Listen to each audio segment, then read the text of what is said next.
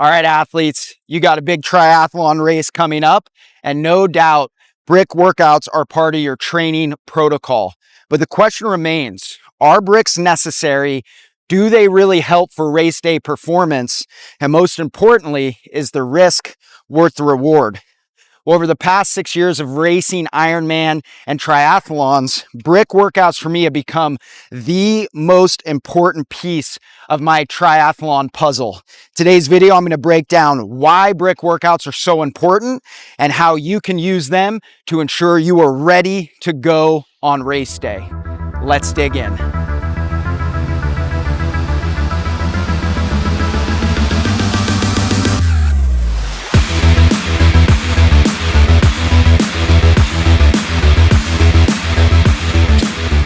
All right, athletes, let's hop right in.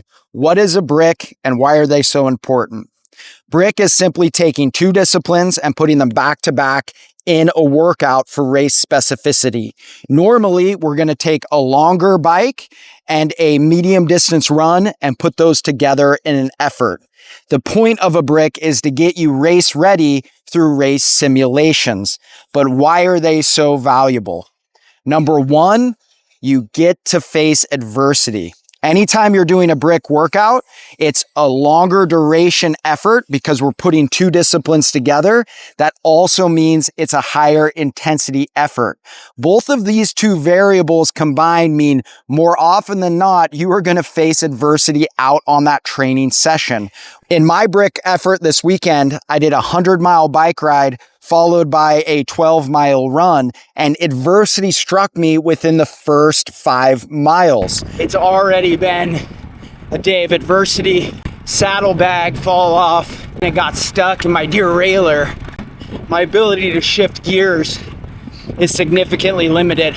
Because of the adversity that you will face on race day, facing it in practice sessions is absolutely essential, which is the number one reason I love brick workouts.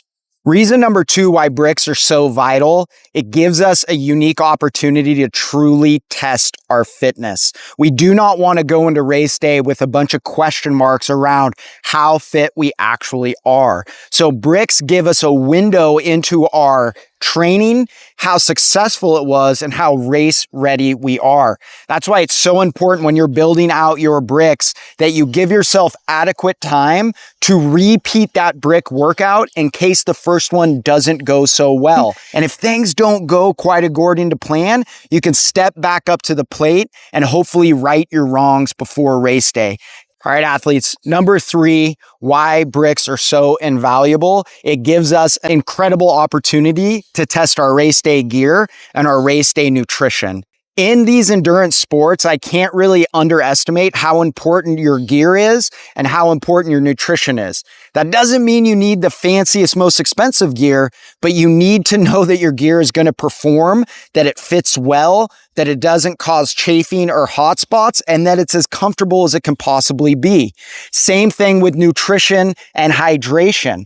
These are two of the most important impacts of your race day experience. The more hydrated and the more nutrition you take in, the more enjoyable your race is going to be. But if we don't practice it through bricks, through race simulations, through race specificity, we don't really know what we're going to get at the end. So take brick workouts for what they are, an opportunity to test not only your fitness, but your gear and your hydration and nutrition strategies. Number 4 on the list, probably the most important for me, brick workouts help you establish belief and confidence. No doubt when you sign up for your first triathlon, you're full of doubt.